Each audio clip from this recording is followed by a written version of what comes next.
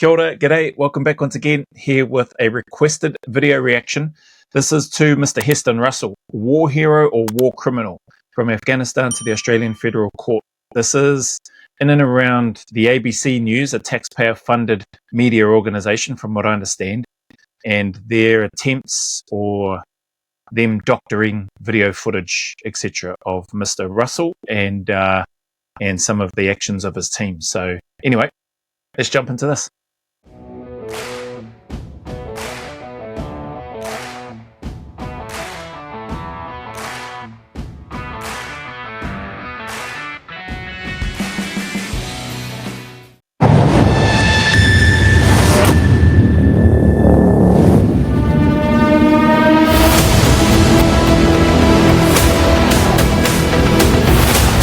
Heston Russell, a decorated Australian Special Forces commando.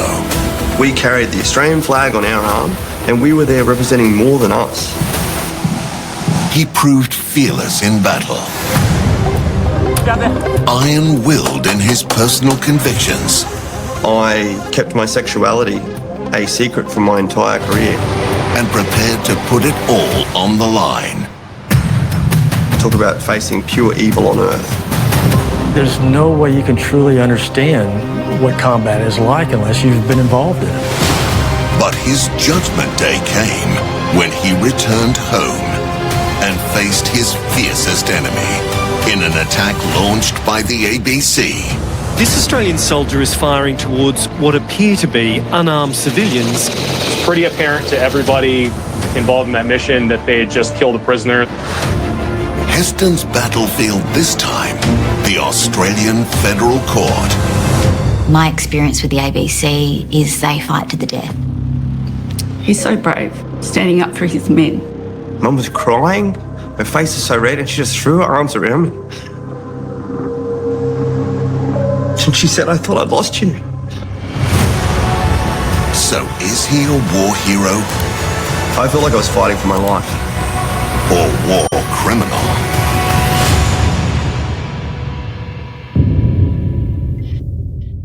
Good evening, I'm Michael Usher and welcome to Spotlight. This week, following 3 years of inquiry, the Royal Commission into Defence and Veteran Suicide delivered its report. No surprise, it details how successive governments, the Australian Defence Force, even the Defence Department itself, have all miserably failed Australian veterans. In tonight's program, we investigate how another of our national institutions, the ABC, has also had a hand in doing some serious harm to an Aussie digger. Former Australian Commando Heston Russell is a highly decorated officer who led soldiers into battle, campaigned for the establishment of this Royal Commission, built charities for soldiers and even ran for a seat in the Queensland Senate, but has been caught in the crosshairs of the investigations unit of the ABC.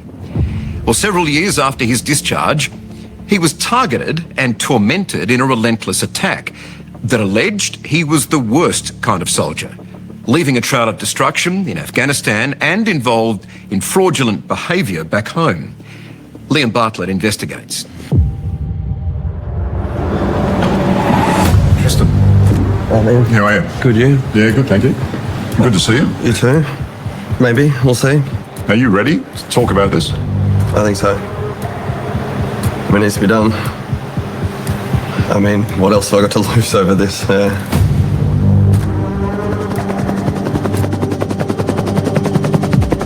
Helmand province in the south of Afghanistan was known to be a Taliban stronghold and a centre for opium production that helped fund the insurgency. In support of the American-led coalition, Aussie commandos were successfully deployed on numerous special operations missions to capture intelligence and destroy enemy positions. It's currently 2 fingers to the right of that edge.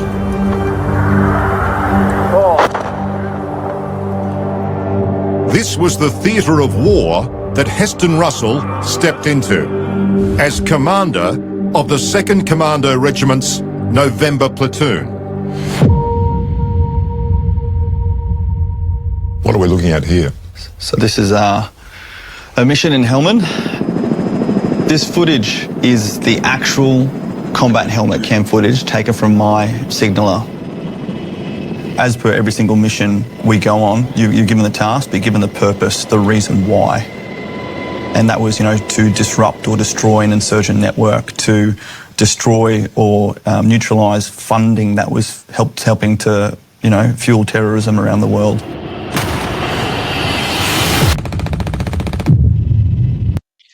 And people might listen to that and might think it's vague. He's not going into all the detail there when he's talking about the mission, the purpose, the why, the rationale in terms of going in on the job. But I can guarantee there would have been other details, information for them to work on. It might have included key players, it might have included key locations, it might have included exactly what they could expect to find or what they may have found based on intelligence. Don't get me wrong, intelligence isn't perfect, and things could potentially be doctored or corrupted, but when the lads are going in there, commandos or SAS or military in general, they're going in there based on the instructions and the orders that they've received, and the mission and the intent is pretty clear. And what we're actually doing in this is inserting onto 2 insurgents that have been on a motorbike, driving around shooting at my soldiers. So we insert 3 soldiers who immediately go after the guy who is riding the motorbike. Well, they're pretty gutsy too. They just disappear into the cloud of dust.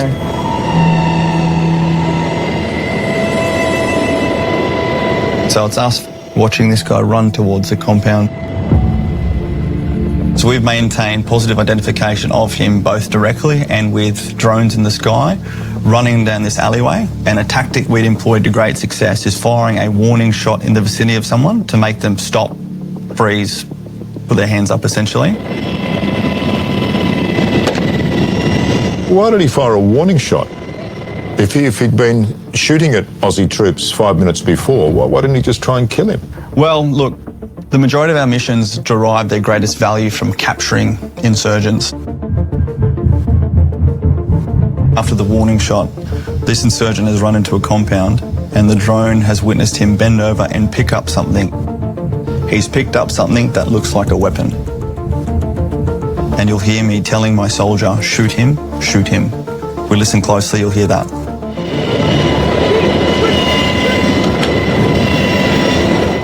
Then you'll see that's the footage of my guy shooting at him in the compound.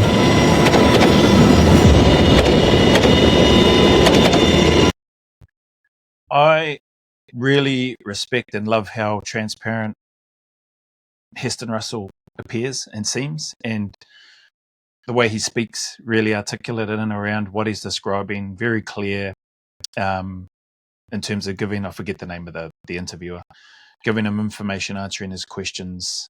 It's no wonder, I haven't seen the findings of the court hearing, but it's no wonder that he's been awarded some money for defamation, I think it was in his case. There should be more than that happens, particularly to the ABC news media. Blinking corruption media is what they sound like. Anyway. The US door gunner sees him and points to him, and we're circling around. And you'll see the yellow smoke that he dropped to mark the target to help designate the building and help us to be able to maintain a direct line of sight with all the dust and everything flying around. But again, concurrently, we have assets in the sky watching this guy. So sort of circling, trying to find... Yeah. And at this time, I've given the order that we're going to go in and land on the ground. Just given how complicated the terrain is, myself and my signaller, I've given the order that we're going to go in there and try and follow this up directly. Now here, my signaller sees him, sees he's unarmed, and instead of shooting after I've already authorised him to fire, actually tells him to stop and get down. And watch this. The American door gunner says, "What are you doing?" Knowing full well that I've authorised him to kill him. My soldier could have got a kill up, could have got a notch on his belt. But instead, my soldier made the decision to save a life because knowing we're going to land and go and try and capture this guy. Then that's me putting the headset down and putting my helmet on so we can go pursue this guy on foot. And here we are. You're now out of the chopper. Out of the chopper, so he moves directly. I've had to move around from the other side of the helicopter, and I'd always take the lead on the ground, so that's me there moving into the frame. Some cracks start to fly, and those cracks are the sound of bullets passing overhead or passing about a metre past. And what actually happens is, as we insert, we start taking fire, we start getting ambushed by 2 or 3 insurgents that are actually just off the picture to the north of this position. Bloody cheeky buggers, eh? Got one fella there. Full credit to the signaller. You know, like Heston said, his signaller, his soldier, could have, if he wanted to, taken the shot. He'd already been authorised to kill him. You got the gunner. Now, the door gunner, the American, I don't know in terms of what Mr. Russell said. I don't dispute it, but as I'm watching it, like, you can't hear any audio. I don't know if the body language suggests that the door gunner's looking at him going, you know, what are you doing? Why don't you drop him? But as a door gunner, if the order's already been given, and I assume maybe they've got different orders, so that's the other thing. The door gunner's got a gun. If he wants to drop that guy because he still thinks he's a threat, then he could have done that too, I'm guessing, unless there's a different set of orders. I can't imagine that. I can't imagine that happening. Heston's obviously in charge. He's given the order. That door gunner must know that he's given the order because he's got the headset on and they can hear the comms happening whilst they're in the chopper. He's got a gun. He could have fired rather than just going, what are you doing? But he chose not to as well. But to his credit, the signaler's credit, and Heston's, you know, they're trying to follow up to capture the guy because they could potentially have, or that person could potentially have far more valuable intelligence information. Got to say, very open ground there. You're very exposed. None of your men were injured that day? No one was injured this day. It was actually a very successful mission. So you thought that was all great? Really? I mean, you thought that was successful from a commander's point of view? Absolutely. We definitely walked up that alleyway into that compound. It looks and sounds successful. And, you know, one thing that I forgot to mention as well, there's I love how he mentioned it as well. Heston Russell mentioned he would always take the lead, and you could see him coming into the frame and being in front of his signaller. It's it's awesome. Nothing but respect, man. You taking the lead. It's daunting when you're at the front of a patrol, or in that case, the front of a 2-man team, like basically a scout group going forward, and then getting ambushed off to a flank. It sounded like by 2 or 3 other people that weren't necessarily in the frame when the chopper prior to the chopper landing. Hard, man, really hard, and just massive respect to these guys. Few minutes of continuous video recorded on the helmet cam of Heston Russell's signaller tell the real story of what happened on that mission against the Taliban in late 2012. But some 10 years later, in 2022, the ABC chose to selectively use just 15 seconds of it to paint Heston and his men as the worst type of soldier. A 15-second snippet that told a very different story.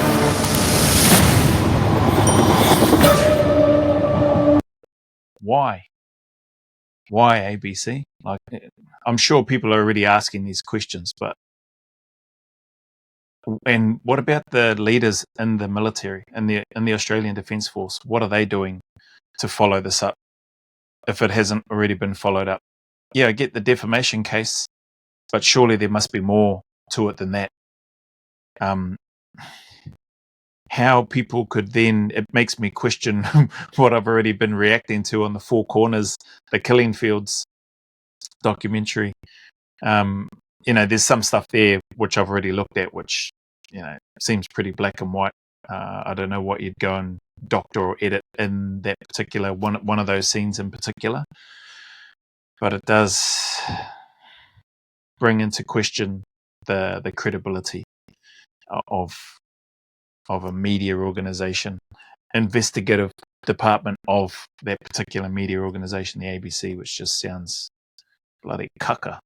While the commandos face some of the fiercest fighting in the long Afghan war, the footage reveals some less heroic acts as well. The ABC's allegations of Aussie commandos shooting at unarmed civilians from a helicopter are published in online news stories and aired on its flagship 7:30 program. We don't have the vision that comes immediately before this, but this Australian soldier is firing towards what appear to be unarmed civilians in residential compounds. How would you get that footage if you didn't have the footage that was preceding that particular part? What, you're saying you only got given 15 seconds of footage? Mark Willesee, this twat. This is the clown that's been on the other stuff, and at the pointy end of the stuff that's been going on or been said about the ADF in general, or SF probably, to be more accurate. And they're saying that you're shooting at unarmed civilians. And this guy had literally just been on the back of a motorbike with his mate shooting at two of my teams that were on the ground. But we don't see any of that. No, nor do they, but they're still happy to jump to a conclusion from 15 seconds worth of footage. But later the claim came that it was you shooting. Their entire truth defence was based on them saying that this was me shooting out of the helicopter. Heston not only shared the complete, unedited version of his signaller's helmet cam vision with us, but in April of last year, well before the trial began, he made sure that the journalist making the allegations, Mark Willesee, had full access to it, so that he and the ABC's investigations unit were able to clearly see what really happened. But clearly that mustn't have been good enough, eh, old Willesee, you bloody twat. What is wrong with you? What is wrong with the ABC? What is wrong with this Willesee clown? You've got men going out there risking their lives doing the job that they're doing, that they volunteered, that they signed up for. They've done, from what I can see, an excellent job, carried out, a very challenging, high-risk task to secure and try to capture the people that have been shooting at his troops. Like, if I was in charge of a team and I could see the guy that's been shooting at my guys, I would be wanting to drop that fella. So the leadership, the restraint, the competence of not only Heston Russell but also a signaller, and you want to throw them under the bus, or you want to throw Heston Russell and or his entire platoon, his team, under the bus. It's crazy, man. Like, what is wrong with you, Mark Willesee? You dickhead. This is the exact footage that my legal team provided to the ABC and their legal team just prior to our trial, when on 3 separate times they kept trying to rely on their truth defence, saying that this was me shooting out of the helicopter. You gave this footage, this raw footage, to them to prove it, to say, listen, have a look at the truth. 2 things. First and foremost, it's not me. Secondly, here's the full context. They were not unarmed civilians. Incredibly, the ABC refused to acknowledge it. So in September of 2022, Russell commenced defamation proceedings in the federal court. What they do, just bury their head in the sand or in the dirt and not look up. It's like, no, it's true what we're saying. Heston Russell's shooting. Oh man, ridiculous. To defend himself against their accusations of war crimes. Even after we gave the ABC this footage, the narrative is that I was shooting at unarmed civilians. The reporter, Mark Willesee, is saying, we don't know what happened before this, but he does. He's known about it since April last year. Yep. For a year he's known. Yep. Look at the mud shot of that twat. It's disgusting, man. It just really, really pisses me off looking at this clown here, and he's probably still going strong in the media and got the backing from ABC. Who knows, man? But you are a twat, Mark Willesee. So what's online What's up on the net is a lie. Absolutely.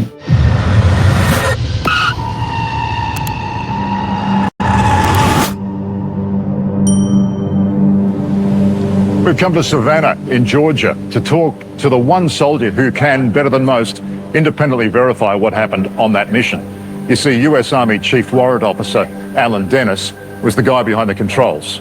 He was the pilot of the Black Hawk helicopter that Heston Russell was sitting in. And incredibly, he's never talked about that day until now. We're going to find him and have a bit of a chat. That's awesome. Speak to the pilot and to that door gunner if they do. That'd be great to, what were you meaning with the signalling that you were doing in that footage when the signaller didn't drop and shoot the person who they had clearly identified as the person that was riding around on the bike shooting at their troops? What do you remember about missions like that with November Platoon? What were they like? What was called the Aerial Reaction Force. And sometimes, we'd go out and there'd be absolutely nothing going on. And then other days we might be taking fire, or, they would end up taking fire after we insert them. Most of our one-on-one interaction was with Heston. And then usually we'd get up with the platoon in the aircraft. Most of the communication was with Heston. But you rank him highly? I held him in the highest regard out of everybody I worked with. I thought he was the most professional commander that I had the pleasure of working with downrange. That's pretty cool, man. High praise.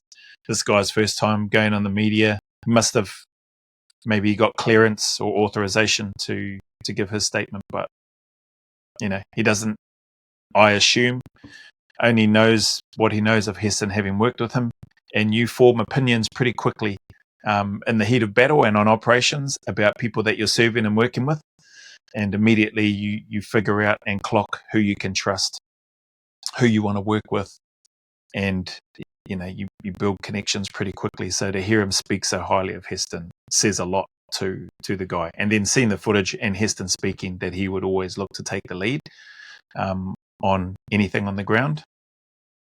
Can't ask for much more than that from a leader, I reckon, in my opinion anyway. I spent a year in Afghanistan during that deployment, and at no point during that time did we ever think that any of the engagements were illegal or unethical or outside the rules of engagement. Absolutely. So, did anybody try to call you? Any journalist from Australia? Did they try to get in touch? No one ever tried to call me or contact me about it. No, sir. Nobody? No, sir. Mark Willesee, Twit, ABC. You got all this time, effort, and energy and money, presumably, to invest into trying to tear somebody down and his team who have done a fantastic job. What is wrong with you people? What is wrong with you people? And you haven't reached out to the American force that was there, part of the, what did he say, Aerial Reaction Force, to try to get their side and hear from them. Did they witness, see, or hear anything illegal? And you don't do that? But despite even the support of military colleagues who fought alongside him and validating video evidence, the accusations of war crimes and wrongdoing persisted for almost 3 years. So where did it all go wrong? 2 days before I discharged in January 2019, I was actually called before the Brereton inquiry. The next thing I was told that my decision to allow my soldiers to fire warning shots instead of killing people had opened all of my soldiers up to being prosecuted. And I mentally and emotionally broke in that room. I was shown the footage of the helicopter shooting, and I was in such an emotional state that I said it was me shooting. Well, why did you admit to that when it wasn't you? I thought it was. I was in such a worked up emotional state. So you think that's the key, do you? Well, I actually think that's the Trojan horse, that someone within the Brereton inquiry, confidential source A, told the journalist Mark Willesee that was me shooting from that helicopter footage. Holy crap. I don't want to end it here on this bloody clown's face. Whatever the problem with their so-called... Oh, well, looks like it's going to end on his face anyway. I'm going to wrap this one up here. But very, very disappointing, disgusting to see and hear this stuff happening from the ABC. Starts there with the organisation as overall, who's giving the authorization for this twat, Mark Willesee, to do what it is that he's doing. And then I can't even imagine how Heston must have felt, but for him to feel the way that he felt, it just shows that anyone and everyone can break under the right circumstances. And to be dragged through the mud like that for 3 years, him and his team having that weight and that burden, like people like Mark Willesee, man, they've got no idea the impact that they're having on people. And or if they do have an idea, they don't care. And it's